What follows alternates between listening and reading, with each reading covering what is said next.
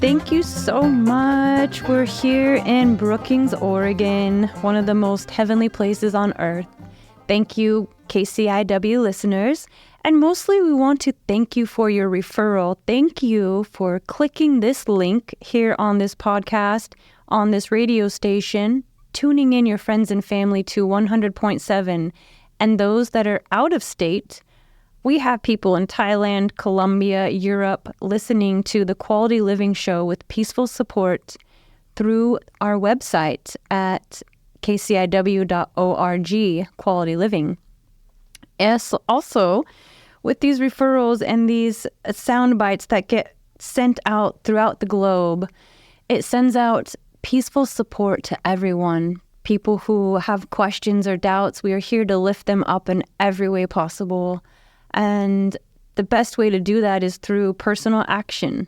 And today on Quality Living with Peaceful Support, I'm Amanda Whittemore, and we have with us here Cara Ringland, Iridologist and holistic healer, naturopath, all the best yummy, delicious things you could ever want to know about. Hey, Cara. Hi, Amanda. Thank you for having me. Absolutely. We are, my goodness, we are so glad you're here today, and we will have many more episodes and shows with you. And mostly, I do invite everyone online to go ahead and check our past shows and look for Cara Ringland. And she has many shows with us, and you get the full package this way. You know, when you're watching a series, you get all the information, and we want you to have all of that. Wonderful. Well, this is exciting to bring Body Temple Health to KCIW and with you, Amanda, to be able to be working together in our collective projects, such as International Yoga Gathering that is to be held at the Azalea Park in Brookings, Oregon, next June 28th of 2025. And we cordially invite all of our listeners to save the date and come join us and meet us in person, as I will be featuring iridology eye analysis, which is my modality of operation as a naturopath. And that is using the eyes to look into them as the windows of the soul, and much more, because our eyes reflect our genetic inheritances. And as a natural health practitioner, one can take that information and create a tailored wellness plan for the individual so that they can achieve optimal wellness, reverse conditions that may be adverse, and find balance in their body, mind, and spirit. Because as within, so without. So when we take care of our physical vessel, our body temple, we create a space for our soul, more or less, to take up residence, and we get to live a rich and fulfilling life. And that's something that you, Amanda, and I have been working in our own personal lives, as well as friends, has been discovering the balance of quality living, which is the balance of our wellness, so that we eat good foods, we're around good people, we're in healthy environments. And within that, we receive a natural vein of peaceful support, because where like minds are is where community is fostered. And so I want to say thank you for creating this platform to bring more community awareness and really connections through discussing topics that are inspiring and has the potential for us all to consider how we're operating in our given days, so that we are basically investing in our health as wealth. And that's our tag for this particular show, is health is wealth. And though I wanted to bring more information today on, I've had some requests and curiosities around how did I get called into the field of wellness and what my background is that brings me here today. Well, so I've been super gifted and with knowing you, first of all, but however, with your mother, the master creator of you and a huge part of your upbringing And, listeners, I'm sure you're into it. Let's hear about Cara. Let's hear about Cara's whole entire, tell us about your mother and about your connection and what she taught you and brought to you to your path of where you are now. Oh, I'm so honored to be able to bring her here into this conversation. So Kim Ringland, my mother, who also had the opportunity to get to know Amanda quite well, recently passed away in May of 22. And so I just want to say a special gratitude to her. And as we had mentioned on the last episode, she was a huge part of my development, obviously being my mother, but she was also my teacher. She chose to homeschool both my sister and I. And so my introduction to wellness began, honestly, long before I was conceived, because she believed in quality living. She called it intentional living. And she came from a Danish background, which talks about the hygge, which is the home, and creating a warmth and a hearth where the doors were always open. There's good food, friends, family. There was a sense of community. And within that is where wellness really is fostered. Because when we're in states of isolation, is oftentimes when we become deficient, and then we resort to negative coping mechanisms, unfortunately.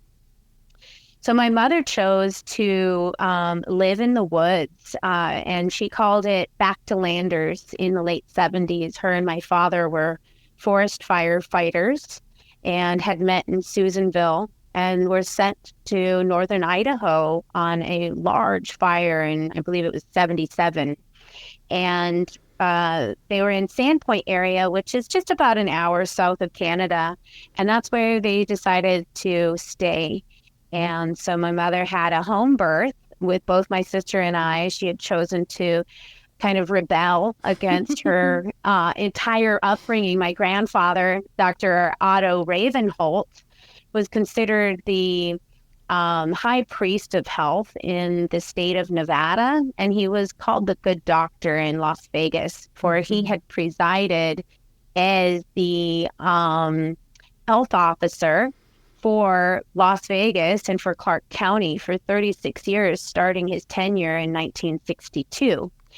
So he was, of course, close to the allopathic traditions. However, the difference with my grandfather is he really worked with preventative health care. And he traveled around with his black bag, and my mother was often with him in the car. So a lot of her practices came directly from my grandfather's bedside manner. The ability to drop anything and drop in with anyone who was in need. And he was all about the environment, looking at water, hygiene. He was into preventative health. And that's how he turned around the health in Clark County at the time when he took up his tenure there, and proceeded to do so all throughout the state of Nevada, including changing a lot of legislation around our mental health practices worldwide or in the country, so that people who are admitted can actually get themselves out. Because back in the 30s, 40s, if you were admitted into an asylum, you were never allowed out, and many people suffered great abuses in there. And so my grandfather championed to give people freedom to make decisions regardless of their mental wellness. And of course, through evaluation, to make sure they got the support they needed, the medication, the care, and the peaceful support, because he understood the necessity of community and therapy. And he also was the main researcher on HIV and epidemiology in the country. And so he was a researcher. He was somebody who was on the ground level with scientific approach, and wrote all of the original documentation to Congress on how to handle HIV in the 1980s when it started to take its rise. And he was the researching force to send undercover agents into different areas throughout Las Vegas to start to identify how this disease was getting passed around. And so in his study of epidemiology, he became such a providing force for us all. And so that kind of a spirit is what my mother carried in her heart, was somebody who wanted to make a change. And resilient. yes, and unconventional. With a purpose. Yes. So we were raised in a cabin without any power or water for, I think I was about 6 years old when we finally moved down to the valley, as she would say. And at that time, we lived in Northern Idaho, close to Canada. So we had very long winters. And a huge part of my childhood was learning how to harvest herbs and prepare tinctures and salves and teas for the winter, as well as all of our food. And my father would hunt. And so a huge part of our life was preparing food, putting it up, learning how to can, following the fruit around the lake. So we would pick apples and then pears and peaches, and then we would can and dry and put them up. So being homeschooled, for me, the education was more on survival. And with that comes intentional living, which is quality living, of knowing where your food comes from, knowing how it's prepared, and living in harmony with nature and the natural weather patterns, and being conscientious of the cycles of the seasons. So it was incredible because as we grew, we of course needed to go to school. So that's when my mother decided to homeschool both my sister and I. And so not only did she teach me the basics of survival and food preparations and herbalism, she then taught me to read and write and how to research and study. And so a huge part of my childhood was studying things to where the study material ended. So it was all about finding every book and publication you could. And at that time, of course, it was more in the libraries. So we would spend a lot of time in the libraries researching. And getting to the root and the source.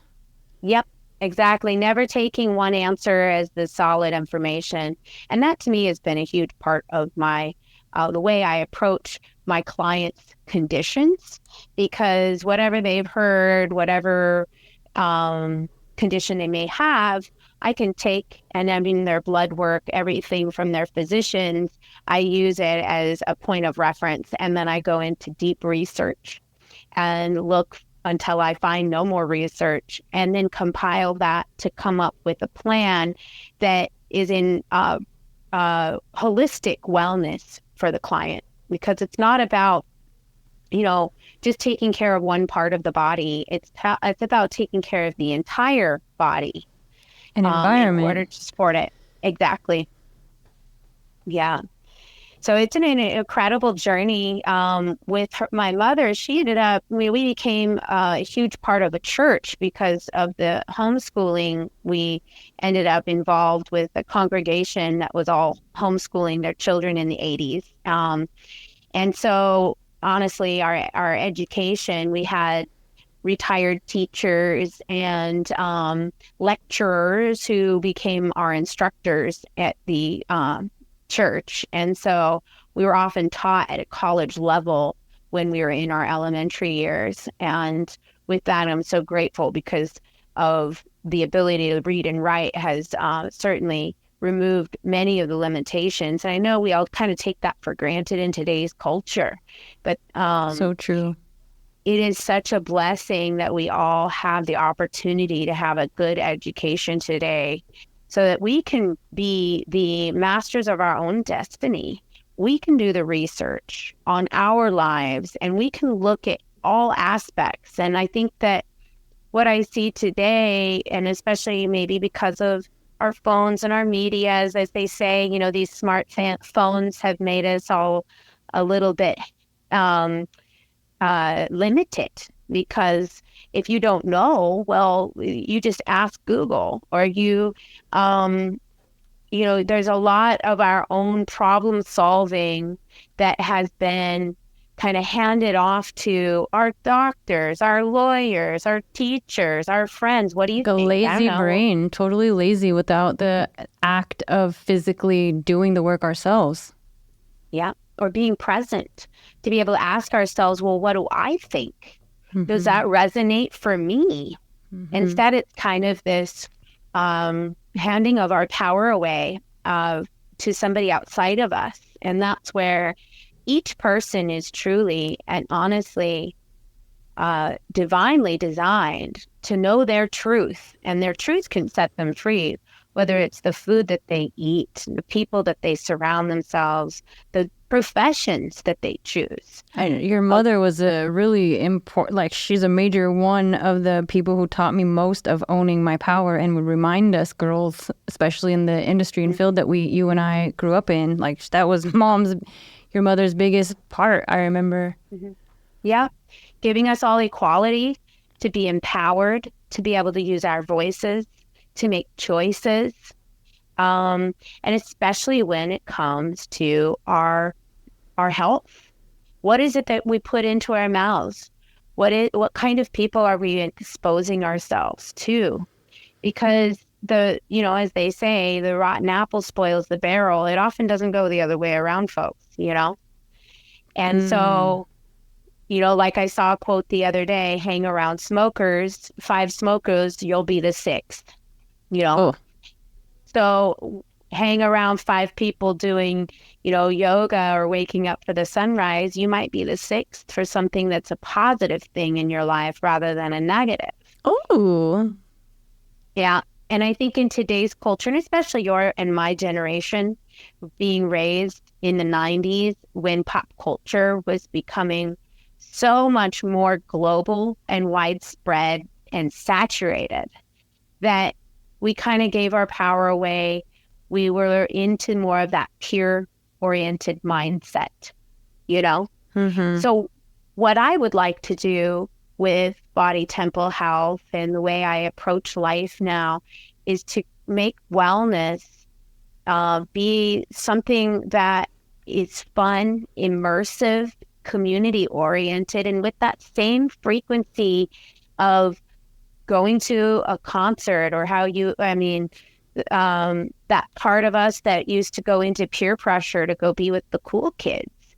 I would like it to be, in a sense, changing the frequency around self-care so that it's something we desire to do rather than something we have to do or get forced to do when we're sick. Right? And so right now with my book, Awaken and Become a Tree of Life, Always Be Cleansing is the subtitle. And that really refers to the ABCs of self-care. And the co-author, Dr. Christine Maxwell, brought that to me. Always Be Cleansing is about reframing the way we look at our physical bodies. And instead of mishandling it for months, maybe years at a time, until we go into a breakdown and now we need to cleanse or we got to go to the doctor. What if we took care of ourselves much like a tree in our garden, where you give it the proper air, water, soil, nutrition, fertilizer, and you're able to give it the right sunshine so that it develops. And with healthy roots, it develops healthy fruits. And in that perspective, when we take care of our physical vessels, we become fruitful people. And we are able to share our gifts and our talents with those around us, to inspire them, to share love, peaceful support, to inspire quality living. And when we see healthy trees, when you're living in forests, the healthier the forest is by having numerous healthy trees standing beside each other. I've been really reflecting on this because I've stood alone in my path at times, and even with all the right air, water, sunlight, there's something to be said for not having the ecosystem, and community is our ecosystem. Totally. When we're connected with other healthy individuals and our roots get to weave with each other and our limbs get to provide shade for each other, we can thrive in a new way. And that is the backbone of peaceful support. Is we need it in order for our communities, our individuals to thrive. We need connection, we need community, and it needs to be through person-to-person connection. We talk about connection a lot today, and it's more so about a digital connection if our service is up. But what about being together and sharing meals together with a sense of quality that in the 90s, you and I, the way we grew up, that was normal. We used to have dinner with each other regularly. There was more of a sense of camaraderie and potlucks and, something about in the wake of so many changes, be it digital or some of the fears that we've had in the last 5 years that have come up globally, we've all become a little bit more isolated. And it's time to open those doors up again and invite each other over for tea and start creating conversations where we can embrace each other's differences and support each other in our goal setting. Absolutely. And see the benefits of the digital world, how it can be an outpost or a temple such as bodytemplehealth.com to provide all the channels and the structure to where we have information to meet in person. Absolutely. That's why this big event with International Yoga Gathering, it'll be our second event. Last year we did the first one, and we could see the wave. People we're all in need of this, or we want it. And so to be leaders is to stake the date, stake the claim, and be the ones to invite people. And so getting out of our own ways and showing up in new ways. And that's something about my mother, that she was an instigator. She was somebody who created change. I mean, every Thanksgiving, the house was open to whoever wanted to stop by. They could stay for an hour. They could stay all day. It was really warm and inviting. And it was so beautiful to see the community that was developed. I mean, people like yourself, all of the people in Idaho, as well as the community in Belize that became close to my mother. My mother was a master herbalist who also established her practice in Belize using the jungle herbs later in her life. But she really had a way of helping communities. In our church, she became the healer there. So our pastor had a chronic cough. We would make tea and take it over to him, this cough syrup out of cherry bark and slippery elm and whatever she could find in the yard. And I learned all these recipes, which is amazing because, a lot of what led her on her path of healing was also having children, because I was born with a chronic cough. My sister had headaches, and so she became very proficient at creating the tinctures, the teas, the remedies to kind of quell those symptoms and keep us all kind of in a state of balance.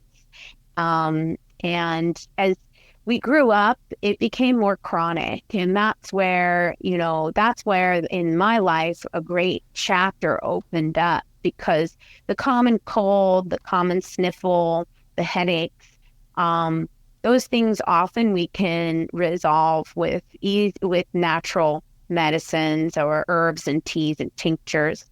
Once you get into the more chronic conditions, this is where in our culture today, and I have to say it on air because I am not here to diagnose or prescribe. I'm not a licensed physician. I'm here as a health educator. I am here to direct people to knowing what their resources are, educating them so that they can make healthy choices and integrate allopathic medicine in. Because I dearly believe in the power of getting your blood work done, just something so simple. I know a lot of natural health enthusiasts who avoid the doctor at all costs. And I feel that in our unnatural world, that's kind of like playing Russian roulette, because we're exposed to so many unnatural toxins that we need our doctors. We need to know what's going on in our systems and address it perhaps by unnatural means, so we can find our homeostasis again and support ourselves through all of the natural offerings that we have from nature. Especially always cleansing. Always be cleansing. And so that's the difference that in our book we really brought to the table, is cleansing is an everyday thing. You take the trash out, you sweep the floors, you wipe the counters of your house. It needs to be done on your internal organs, and to support our elimination channels every day. Otherwise, we get more or less a backup. And in that is where we get inflammation. And that's when we get the building blocks for degeneration. Mm-hmm. So now we're coming into the seasonal shift, and that's where I do encourage seasonal cleansing or detoxification, which is more of your deep cleaning, just like you do in your house when you wipe your baseboards and steam clean your rugs and maybe clean the fans. It's not something you do every day, but it's something that's got to be done, because even when you clean your house every day, if you vacuum every day, you're still going to need to steam clean your carpets. And we do, yes. Yeah, so it's all about encouraging us all to find our balance through wellness, quality living, peaceful support, and education. Completely, so. And being within our body as our temple for our health. Mm-hmm. Yes, we get to be kind of like the stewards of our body temple, our will. So when our will takes time to be present and aware of our actions, words, and deeds, and makes choice to be able to take care of our physical vessel, then it's like a clean sanctuary, and it's ready to invite people in. Perfect. And we invite our listeners to call in and email. And this has been Cara Ringland, and we thank you, Cara. Thank you. And you can find me on bodytemplehealth.com. Perfect. Thank you. Thank you.